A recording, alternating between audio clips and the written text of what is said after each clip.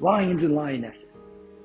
It's that time of year where people make excuses, where they fall into the trap of the illusion that they can't do what they need to do, that there's not enough time, there's so many other things to do, other people need me.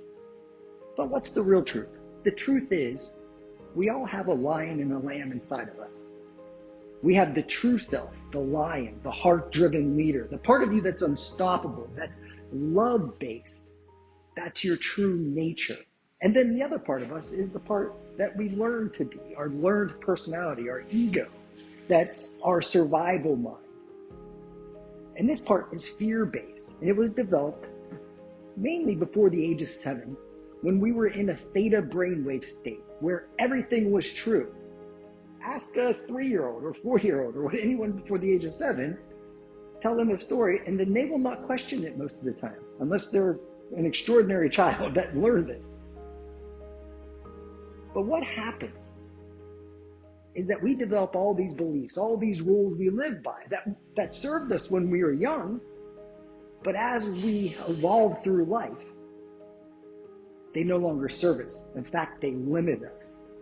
And so there's the old phrase, grow or die.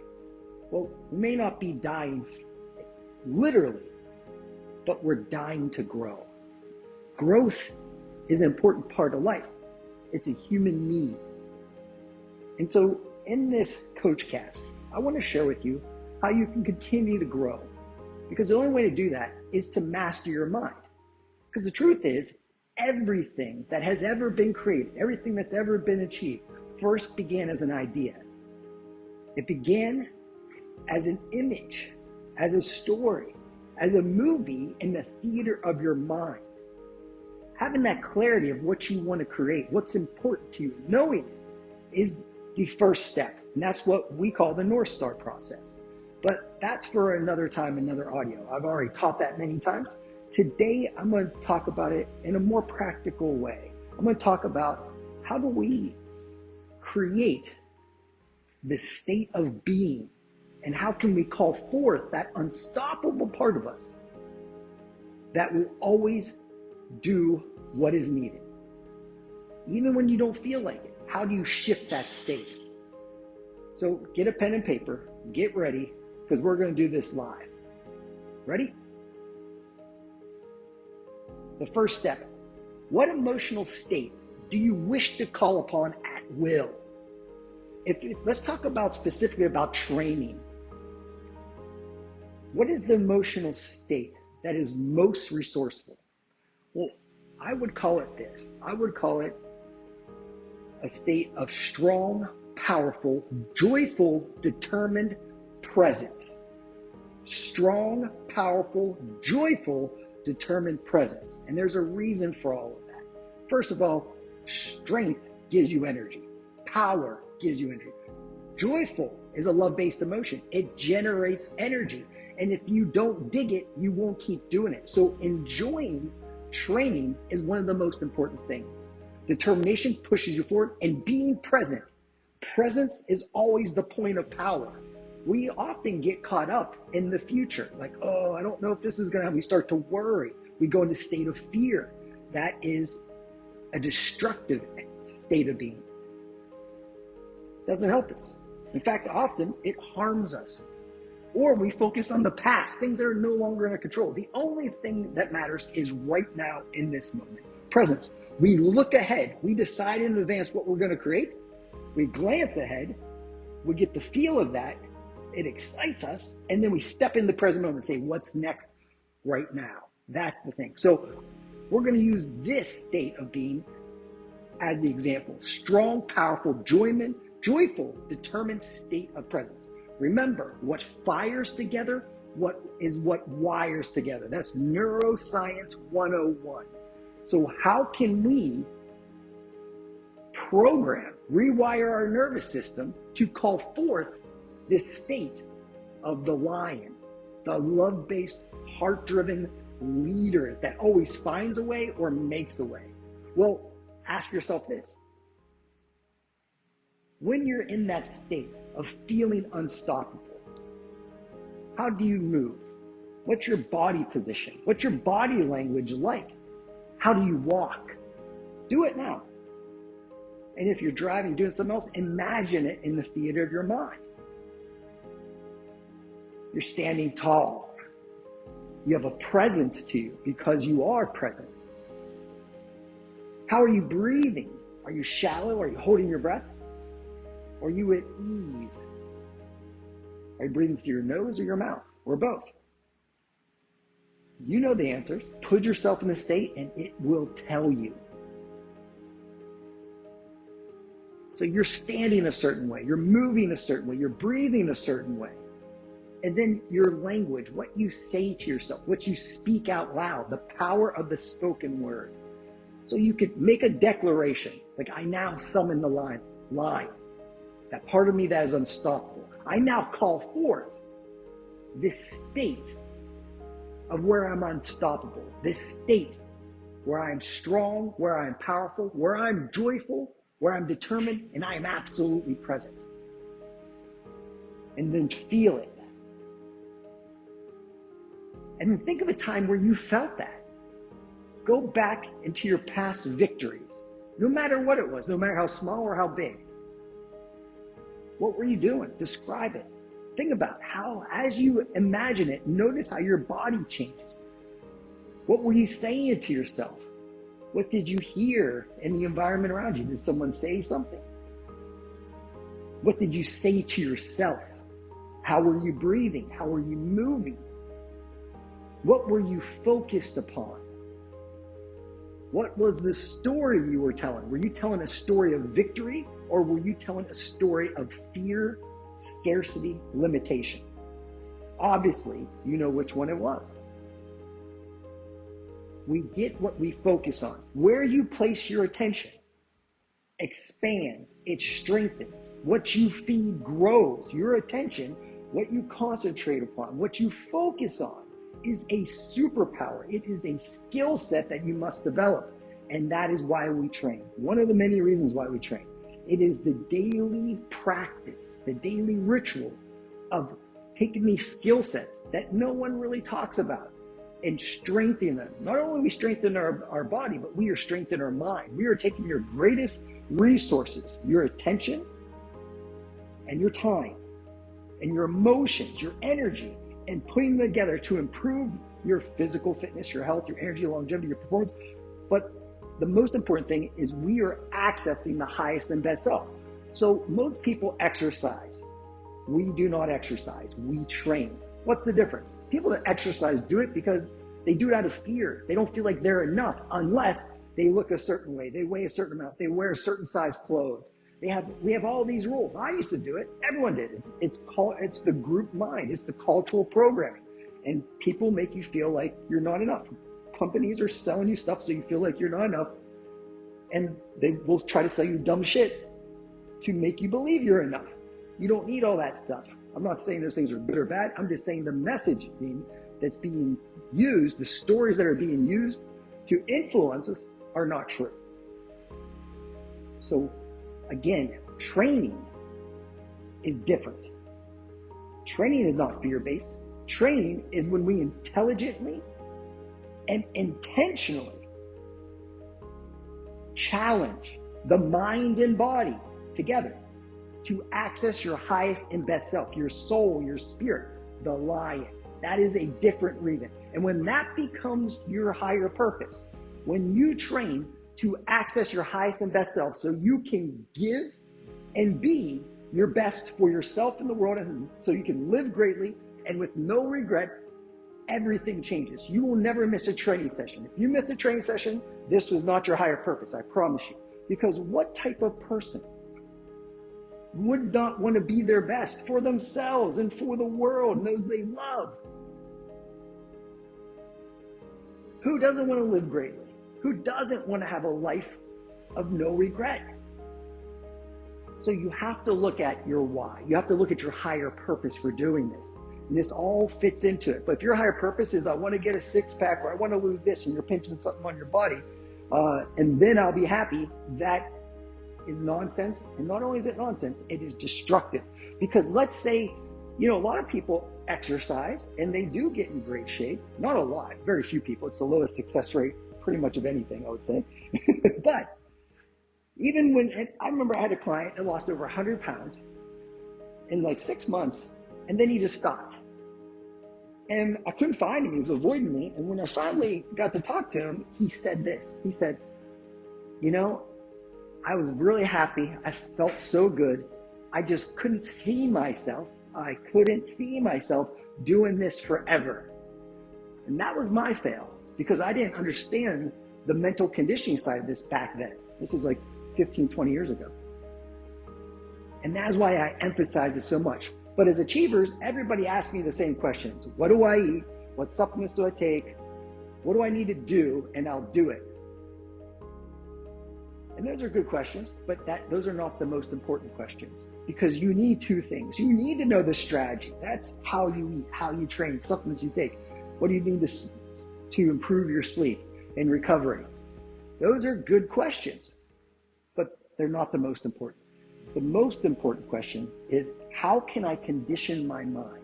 How can I create the mindset, the psychology, so that I live this no matter what life throws my way? That's what's important. We can come up with a million excuses. We can make up a story about anything. In fact, our brains are designed to rationalize and justify being less than you're capable. Think about that.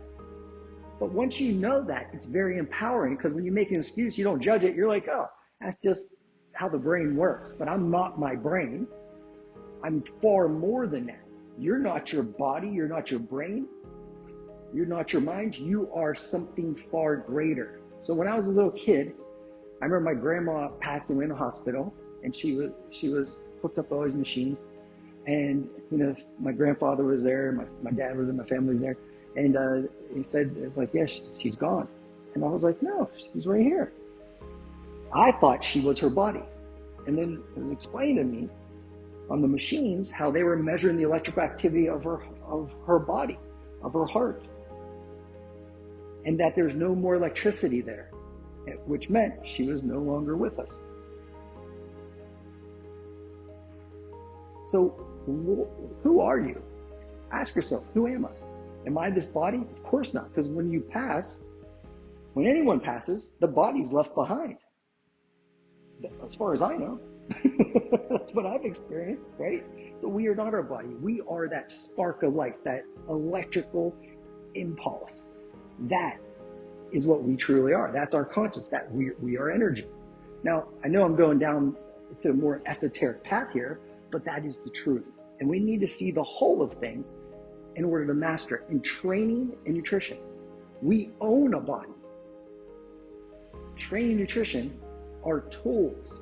It's how we take care of this spiritual vehicle, how we take care of these bodies. We have been blessed with a vehicle that is incredible. And the more you learn about it, the more you will have a deep awe, a reverence for the gift that is the body and that is the mind. We have been given 3 great gifts that we must honor and pay tribute to each day. First one is that spark of life itself, the opportunity to be here and to live and to learn, to give, to love. And then an able mind. Not everyone has been blessed with that. You've seen it, you've experienced it, I'm sure. You've met people that they weren't okay. They couldn't command their attention and focus. And then the third one is having an able body. If you have a heartbeat, your body will change for the better or the worse based off of what you do each day. And first, we must have the mindset to carry it through. So when people ask me questions, when clients are asking me questions, most of the time, it's simply they are lacking one core belief. Now, there are other things, but today I want to talk about this one core belief. If you wire this, program this, embed this as a deep conviction, your life will change on every level. You will live greatly, you will have more energy, You will free up energy that's always been there, but you didn't have access to. And this is lion law number one. Now, people will hear this and be like, yeah, that's great. But they won't take the time. They won't invest the time to wire it into their nervous system. What is a belief? A belief is a programmed thought. It is a rule that is automated. So why do you do what you do? Well, you have all these rules that have been programmed. A lot of them from when we were children. Other ones we developed along the way. Usually in really challenging times or really good times. But every moment counts, every thought counts, it all adds up. The first step is to be aware. When you feel negative things, when you have negative behaviors, that is an opportunity to understand yourself, to start to identify the stories of limitation. So your beliefs are the software of your mind. Your beliefs are the lens that you view the world through. Why is it that two people can go through the same exact situation and have two completely different experiences, two different completely different stories? Why is it? There's an old story from Earl Nightingale that goes like this. Earl had a friend, an acquaintance, he said, that wasn't doing well, wasn't making good decisions. He had two young boys, I think they were 12 and 13 at the time, and this man was robbing a liquor store, and he wasn't planning on killing anybody, but things didn't go as planned, and he accidentally shooting somebody, so he goes to prison. He asks Earl, like, hey, can you look after my boys? Just check in with them if you can, And so years later, he decides to ask both these boys. They're living completely different lives. One followed in the footsteps of his father and was in prison. Earl asked him, because he's into psychology. Earl Nightingale, he produces like personal development tapes and so forth. He's kind of a legend. Anyway, he asked him this question. How did you get here? What do you think made this? Made you do what you did? And he says, well, isn't it obvious? He paused. He says, how couldn't I with a father like mine? And so Earl's like, all right. And he goes and visits the other brother. Now, the other brother lives in a different part of Texas, and he's a regional manager of a large bank, has wife, kids, just generally happy and just having a good life. And Earl asks him the same question. He says, how did you create all this? What drove you? And he says, how couldn't I with a father like mine? Interesting. The meanings we attach to things, the stories we tell, are the beliefs that shape our reality, that create our circumstance. So when it comes to exercise, what do you believe about training?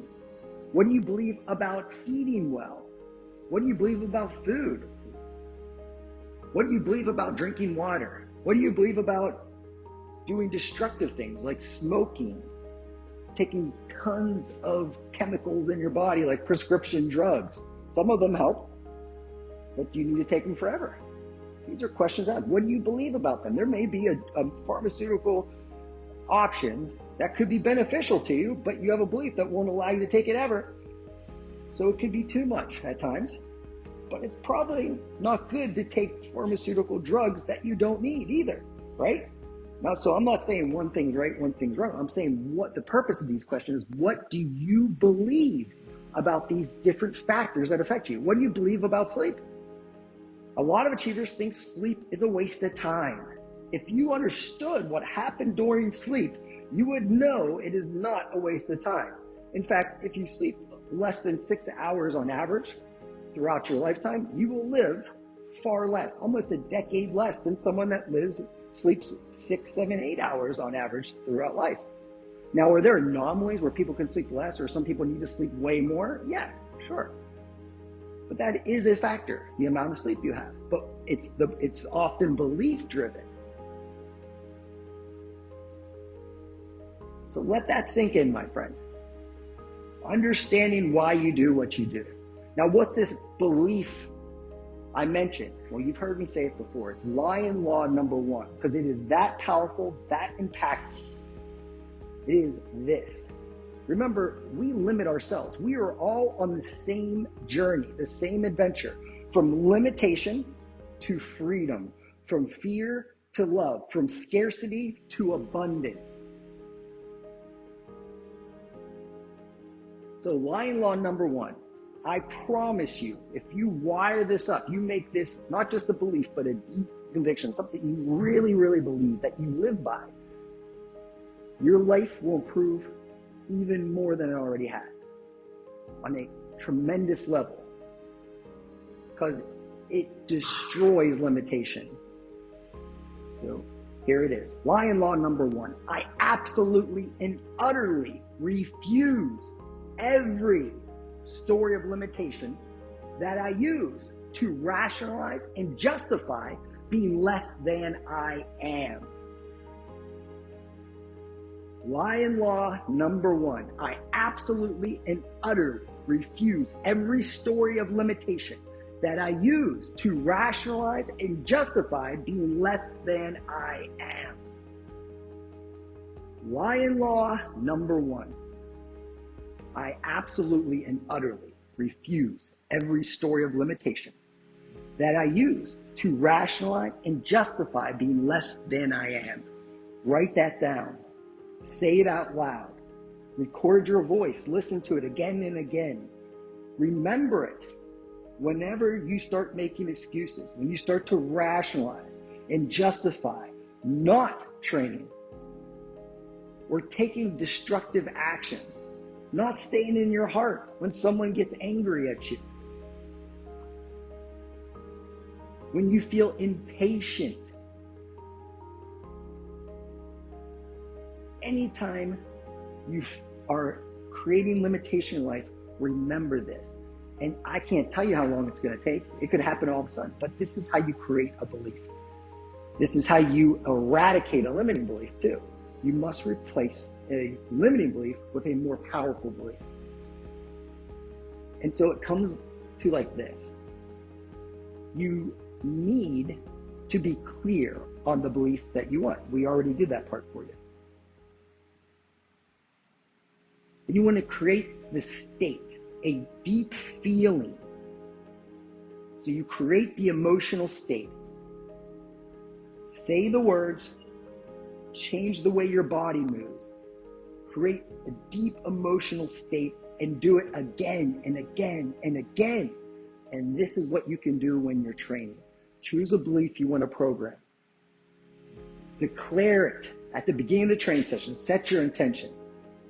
Say, I'm intending to intentionally and intelligently challenge my mind and body to access my highest and best self.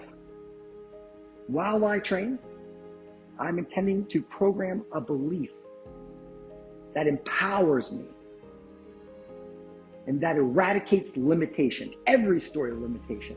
And it is lion law number one today. Or it could be all I need is within me now. Or it could be life happens for me, not to me, whatever it is. Or I am a lion, not a lamb. Again and again and again. But this belief, lion law number one, is important for every human that I've ever met. Because fear, stories of limitation, are the most destructive force in the universe. Fear is the opposite of love. Love is generate. All love-based emotional states, positive emotional states, they generate energy. So if you want more energy, you've got to change your state. You've got to change what you're focused on. You've got to change the stories you tell. You've got to change the way you move. And if you do this when you train 6 times a week and you follow the plan, if you remind yourself of this when things get tough, you will have endless energy. Now, will you get tired? Yes, you'll get tired because the body will tell you, it gives you feedback like, hey, We are lacking resources. We need sleep. We need water. We need this stuff. That's what your cells are telling you.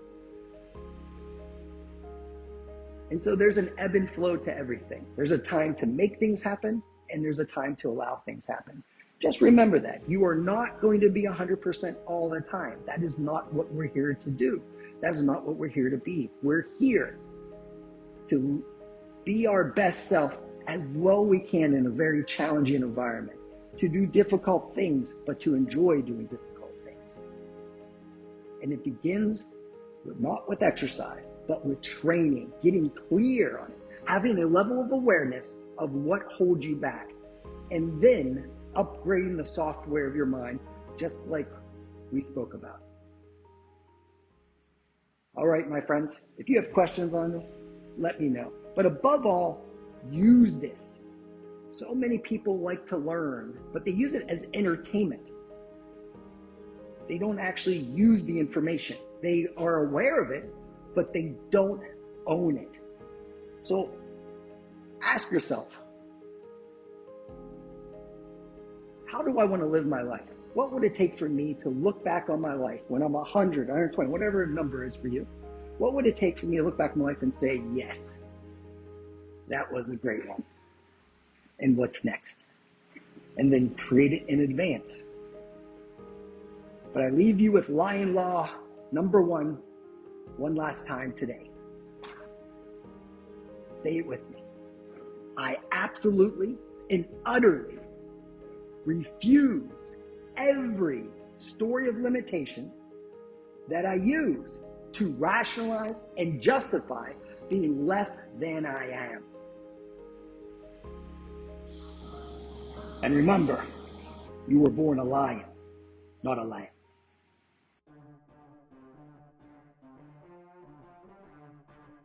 You tap into the real you, but you have to retrain yourself. The way you retrain yourself is you wake your ass up in the morning and you say, I am here for a reason and a purpose. And it's bigger than my moods. It's bigger than the difficulties of the day. I am here to live like a lion, not the fear of a lamb.